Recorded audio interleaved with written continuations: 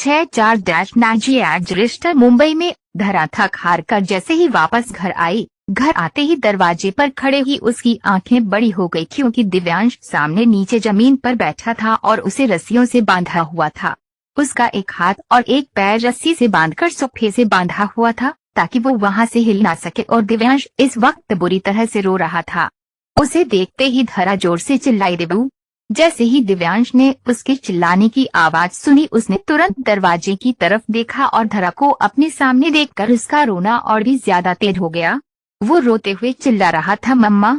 धरा तुरंत उसके पास आई और जल्दी से उसके हाथ और पैर से रस्सी हटाने लगी, लेकिन वो रस्सी बहुत ज्यादा कसकर बांधी हुई थी। दिव्यांश की स्किन एकदम लाल हो चुकी थी और रस्सी की वजह से बहुत निशान बन गए थे, जिन्हें देखकर ही पता चल रहा था कि दिव्यांश को कितना दर्द हो रहा था। 4 साल का एक मासूम सा बच्चा अगर रस्सियों से बांधा जाएगा तो दर्द तो होगा ही। तभी दरवाजे से भागती हुई आंचल भी वहां पर आई। आंचल अभी थोड़ी देर पहले ही घर से बाहर गई थी क्योंकि उसे एक इम्पोर्टेंट काम था। जैसे ही उसने दिव्यांश को रोते और धरा को उसकी रस्सी खोलते हुए देखा, उसकी आंखें बड़ी हो गई। धरा रोते हुए बोली, ये आपके साथ किसने किया दिव्य बेटू? ये आपको ऐसे रस्सियों से किसने बांधा? दिव्यांश कुछ बोल ही नहीं पा रहा था। वो बस रोए जा रहा था और अब रोते रोते उसकी सांस फूलने लगी थी। उसका पूरा चेहरा आंसुओं से भीग चुका था। तभी आंचल की मामी विनीता जी अपने कमरे से उबासी लेते हुए बाहर आई और इरिटेट होते हुए बोली, कौन है? अब कितनी अच्छी नींद में सो रही थी मैं, लेकिन मेरी नींद डिस्टर्ब कर दी। ये बोलते हुए उनकी नजर धरा और दिव्यांश पर गई। उनके चेहरे पर थोड़े से डर भरे एक्सप्रेशन आ गए, लेकिन अगले ही पल उन्होंने अपने चेहरे को नॉर्मल कर लिया। धरा ने दिव्यांश के हाथ और पैर से रस्सी हटा दी थी और उसे अपने सीने से लगाकर बोली, कुछ नहीं हुआ है आपको बेटू, कुछ भी नहीं हुआ है, आप बिल्कुल ठीक है। आई एम सो सॉरी बच्चा, मैं आपको ऐसे छोड़कर गई, मेरी ही गलती थी, मुझे ऐसे छोड़कर जाना ही नहीं चाहिए था। प्लीज आप अपनी मम्मा को माफ कर दीजिए बेटू, प्लीज देखिए मम्मा आपके सामने कान पकड़ती है। ये बोलते हुए उसने अपने कानों को सच में पकड़ लिया तो दिव्यांश ने रोते रोते ही धरा का हाथ पकड़ा और बोला, इट्स ओके मम्मा, मुझे दर्द नहीं हो रहा, मैं बिल्कुल ठीक हूँ। धरा रोते हुए बोली, नहीं है आप ठीक बेटू, मुझे पता है आप ठीक नहीं है, हो भी कैसे सकते हैं। आप मुझे बताइए मेरे मासूम से बच्चे को किसने इस तरह से रस्सियों से बांधा? छोड़ दूंगी नहीं मैं उसे। ये बोलते हुए धरा के चेहरे पर अब गुस्सा भी झलकने लगा था। तभी दिव्यांश ने डरती हुई नजरों से विनीता जी की तरफ देखा तो धरा ने भी उसकी नजरों का पीछा किया। उसने एक गहरी सांस ली और दिव्यांश को अपनी गोद में लेकर ऊपर की तरफ उठी और दिव्यांश को वहां सोफे पर बिठाकर विनीता जी के सामने आकर खड़ी हो गई। विनीता जी उसके गुस्से भरी नजरें खुद पर महसूस कर थोड़ा सा हड़बड़ाकर बोली, यूं मुझे टुकुर टुकुर क्या देख रही है? नजरों से खा जाएगी क्या? मैं क्या करूं? ये परेशान ही इतना कर रहा था कि मुझे इस तरह से बांधना पड़ा। अगर बांधती नहीं तो ये कहीं भाग जाता और फिर तू मेरी ही जान खा जाती। मुझे नींद आई थी तो। अभी वो बोल ही रही थी कि धरा चिल्लाते हुए बोली, आपको नींद आई थी तो आप एक मासूम से बच्चे के साथ इस तरह से बर्ताव करेंगी? आप जानती भी हैं आपने अभी अभी क्या किया है? आपको आपकी गलती रियलाइज भी हो रही है क्या? वो 4 साल का मासूम बच्चा है और उसको आपने रस्सियों से बांध दिया। आपको शर्म नहीं आई? उसका गुस्सा देखकर अब विनीता जी गुस्से से भड़कते हुए बोली, एकल की आई छोरी, मुझसे जुबान लड़ाती है। एक तो मैंने तेरे बेटे को संभाला, तुझे और तेरे बेटे को अपने घर में जगह दी और तू मुझे सुना रही है। तुझे अपने घर में जगह दी, 2 वक्त की रोटी दी और तू मुझे ही आंखें दिखा रही है। चल निकल यहाँ से। धरा गुस्से से कांपते हुए बोली, तो मुझे भी यहाँ रहने का शौक नहीं है और फ्री में नहीं रखा आपने मुझे, बकायदा पैसे लिए हैं मुझसे और अब आप क्या मैं खुद भी आपके घर में ना रहूं? क्योंकि मुझे इंसानों के साथ रहना पसंद है, जानवरों के साथ नहीं। और जो हरकत आपने आज मेरे बेटों के साथ की है ना, उससे साफ पता चल रहा है कि आप एक जानवर से कम नहीं है।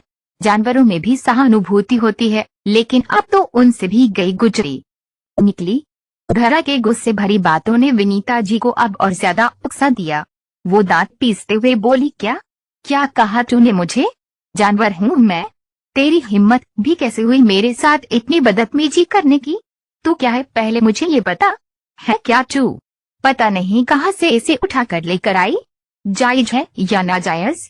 बहुत अच्छी तरह से जानती हूँ तुम जैसी लड़कियों को। पहले तो लड़कों को फंसाने के लिए कुछ भी करती है और फिर बाद में जब प्रेग्नेंट हो जाती है तो उन लड़कों को ही तुम जैसे लड़कियों में इंटरेस्ट खत्म हो जाता है और फिर तुम अपने इन नाजायज बच्चों को लेकर घूमती हो। धरा उनकी बात सुनकर बस उनकी तरफ देखती ही रह गई। हालांकि उसे गुस्सा बहुत ज्यादा आ रहा था, लेकिन विनीता जी की बातों ने जितना उसे गुस्सा दिलाया था उतनी ही उसके पैरों तले जमीन भी खिसक गई थी। एक माँ और एक बेटे का रिश्ता कभी नाजायज तो हो ही नहीं सकता। अगर किसी का प्यार पूरा नहीं भी हुआ तो वो प्यार अधूरा है, लेकिन जिसे उस लड़की ने जन्म दिया, वो नन्ही जान जो उसने अपनी कोख में रखी और उसे अपने खून से सींचा, भला कोई उस रिश्ते को, उस ममता को कैसे नाजायज बोल सकता है। आंचल जो अपनी मामी जी की गुस्से भरी बातों को सुन रही थी, वो भी अब खुद पर कंट्रोल नहीं कर पाई और गुस्से से चिल्लाते हुए बोली, बस कीजिए मामी जी, बस कीजिए, बोले ही जा रही हैं आप तो। गलती आपकी है। आपको दिव्यांश को इस तरह से रस्सी से नहीं बांधना चाहिए था, लेकिन अपनी गलती मानने की बजाय आप धरा को ही बुरा भला बोल रही है।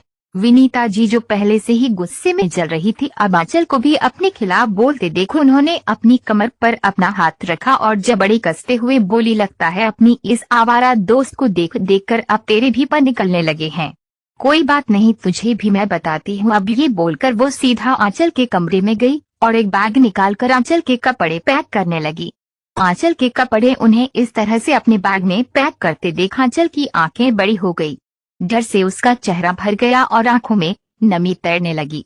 वो तुरंत विनीता जी के पास आई और बोली, प्लीज प्लीज मामी जी, मुझे माफ कर दीजिए, मुझसे गलती हो गई, आइंदा मैं ऐसी कोई गलती नहीं करूंगी। मैं आपके सामने कभी अपनी जुबान नहीं खोलूंगी, लेकिन प्लीज मुझे घर से बाहर मत निकालिए। विनीता जी ने गुस्से से जलती हुई नजरों से उसे देखा और उससे अपना हाथ झटक लिया। धरा अभी भी अपनी जगह पर सुन खड़ी थी। दिव्यांश उसके पास आया और उसके पैरों से लिपटकर बोला, मम्मा क्या अब हम एक बार फिर से बेघर हो जाएंगे? क्या हमें इस घर से भी जाना पड़ेगा? क्या अब फिर से हमारे पास रहने के लिए कोई जगह नहीं होगी? क्या हमें फिर से भूखा? अभी वो बोल ही रहा था कि धरा एकदम से कांप उठी। वो तुरंत घुटनों के बल नीचे जमीन पर गिरी और उसने दिव्यांश को अपने सीने से लगा लिया। उसकी आंखों से आंसू बहने लगे थे। वो रोते हुए बोली, नहीं नहीं बेटू, हम बेघर नहीं होंगे, मैं आपको भूखा नहीं रहने दूंगी। मम्मा है ना, मम्मा आपको खाना भी खिलाएगी और आपको बहुत अच्छे घर में भी रखेगी। मम्मा कभी आपको कोई कमी नहीं आने देंगी। दिव्यांश धरा से अलग हुआ और उसके गालों से आंसू पोंछते हुए बोला, मैं जानता हूँ मम्मा आप मुझे बहुत खुश रखेंगी, लेकिन आपकी खुशी का क्या? आप उन गंदी आंटी की बुरी बुरी बातें मत सुनिए। आप मुझे जहाँ रखेंगे मैं रह लूंगा मम्मा। हम यहाँ से चलते हैं, मुझे इन बुरी आंटी के घर में नहीं रहना। उसकी बात सुनकर अब धरा का दिल और भी ज्यादा कांप गया।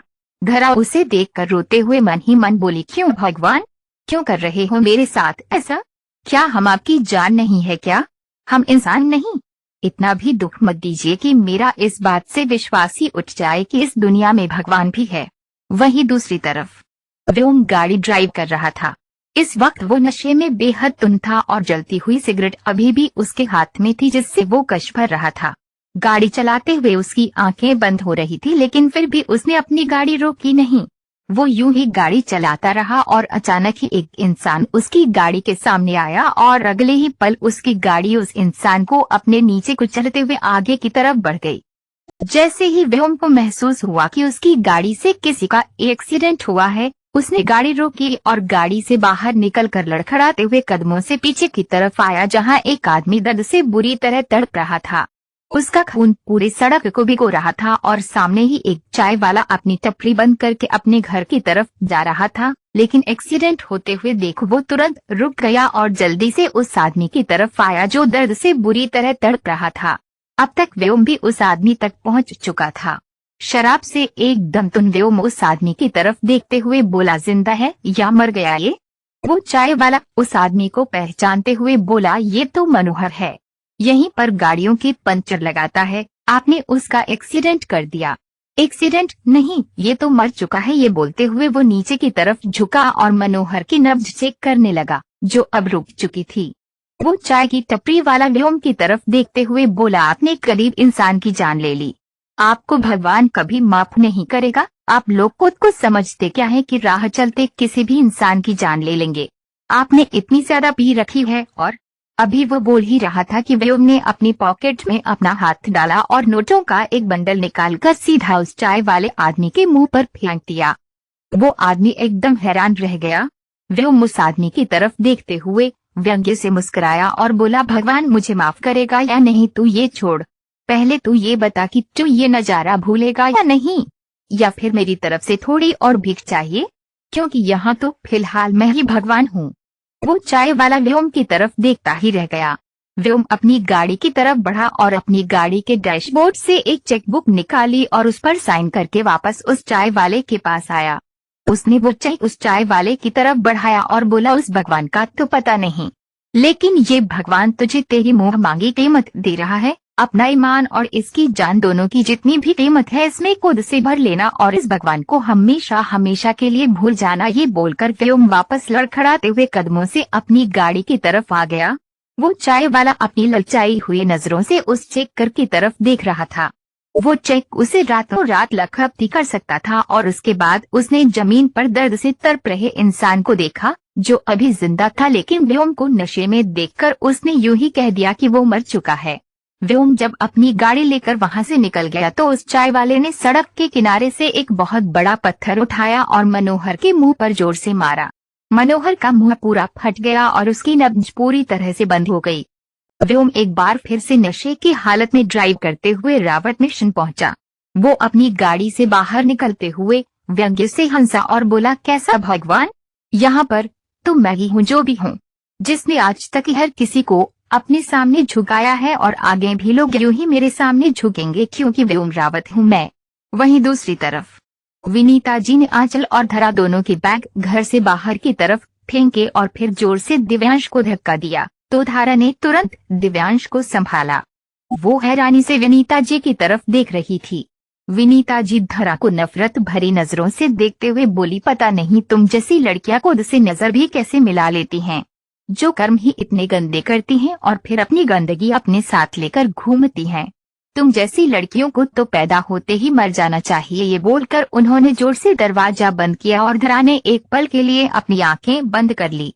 आंखों से लुढ़कते हुए आंसू उसके गालों को भिगो रहे थे। आगे जारी है। 6-5 I want to make him mine। Rawat mission. Vyom वापस रावत मिशन में आया और आकर आराम से सो गया। उसने इतनी ज्यादा ड्रिंक की हुई थी कि उसे कुछ होश ही नहीं था, लेकिन फिर भी वो गहरे सुकून की नींद में था और वहीं दूसरी तरफ सुकून जिसके आसपास भी नहीं था।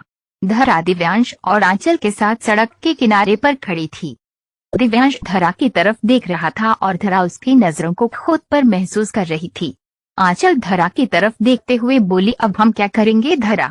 अब तो हमारे पास कोई ऐसी जगह है ही नहीं जहाँ पर जाकर हम रात बिता सके, और ऐसे रात को बच्चे के साथ यूं ही सड़क पर रहना तुम जानती हो बिल्कुल भी सेफ नहीं है। धरा मायूसी से बोली, मैं जानती हूँ आंचल, प्लीज मुझे माफ कर दो, मेरी वजह से तुम्हें भी इतनी प्रॉब्लम हो रही है।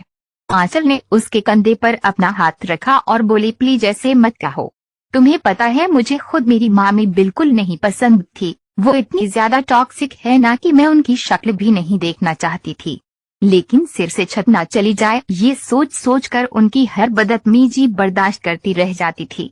पर आज उन्होंने जो दिव्यांश के साथ किया वो सच में बहुत गलत था। उसके बाद तो मुझे खुद भी उनके साथ नहीं रहना। धरा उसकी बात सुनकर हल्का सा मुस्कुराई और बोली, कितनी अजीब बात है ना आंचल, लोग कहते हैं कि किसी का बुरा ना करो, क्योंकि अगर किसी के साथ बुरा करोगे तो उसका बड़ा फल मिलेगा, लेकिन यहाँ पर जो लोग बुरा करते हैं ना, उन्हें तो कभी मैंने कोई प्रॉब्लम होते देखी ही नहीं, और जो लोग हमेशा हर किसी का अच्छा सोचते हैं उनके साथ तो भगवान भी पता नहीं कितने ही तरह के इम्तिहान लेते हैं। आंचल मुस्कुराई और बोली, डोंट वरी धरा, तुम्हारी जिंदगी में तो वैसे भी इम्तिहान की कमी नहीं है, और ये इम्तिहान भी देखना तुम बहुत जल्दी पार करोगी। भगवान तुम्हारे साथ अब और बुरा नहीं करेंगे। तभी दिव्यांश मासूमियत से बोला, आपका एग्जाम है क्या मम्मा? उसकी बात सुनकर धरा ने हैरानी से उसकी तरफ देखा तो दिव्यांश बोला, आंचल आंटी एग्जाम की बात कर रही है, तो क्या आपका एग्जाम है?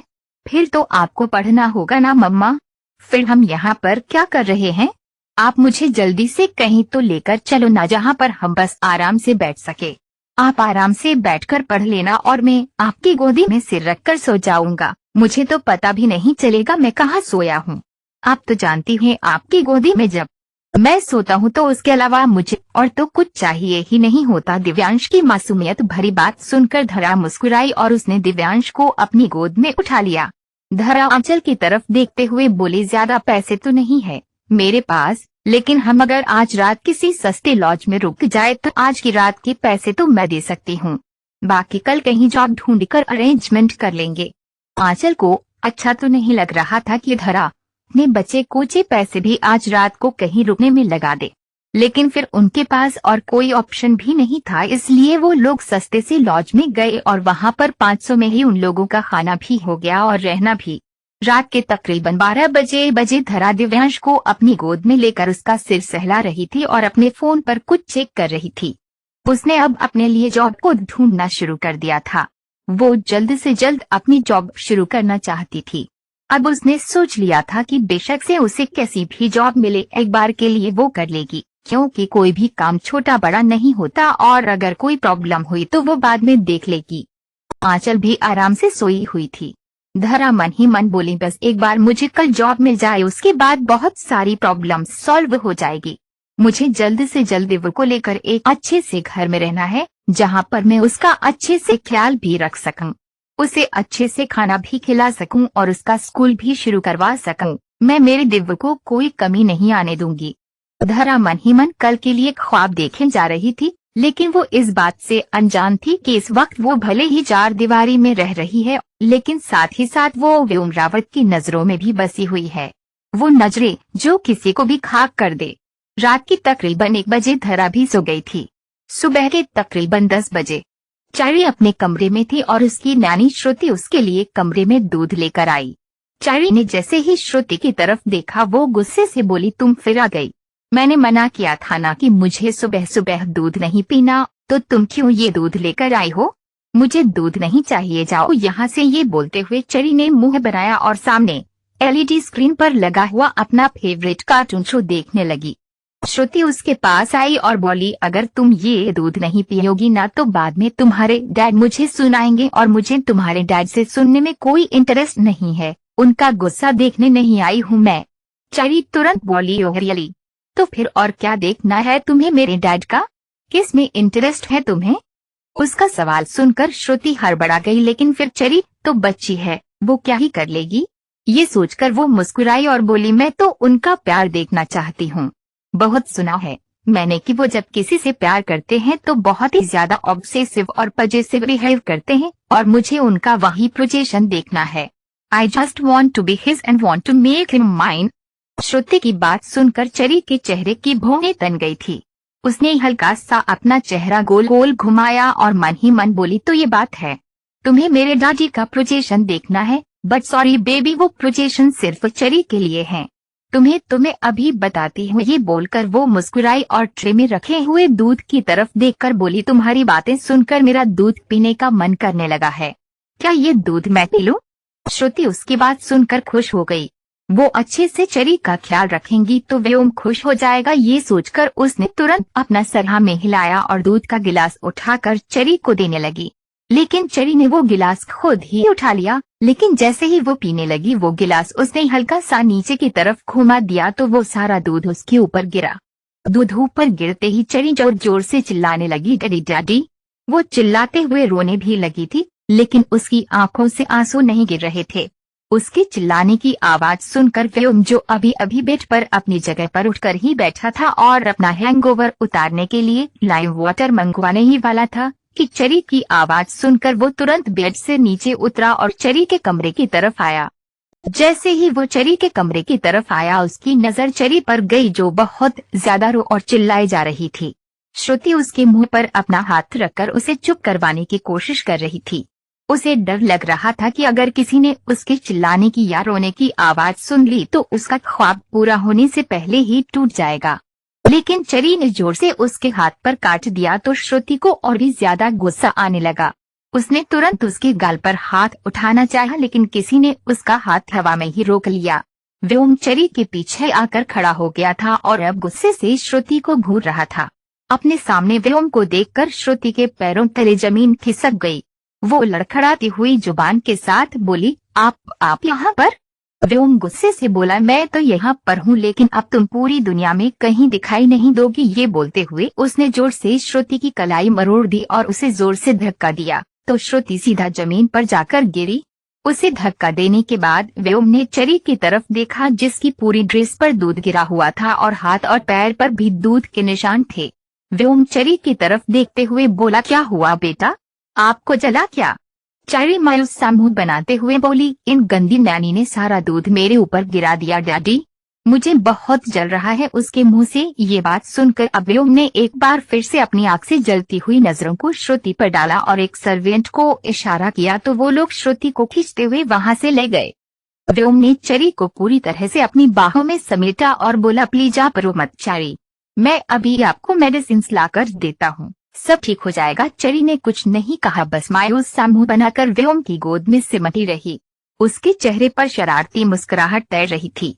व्योम ने चरी को दवा लगाई।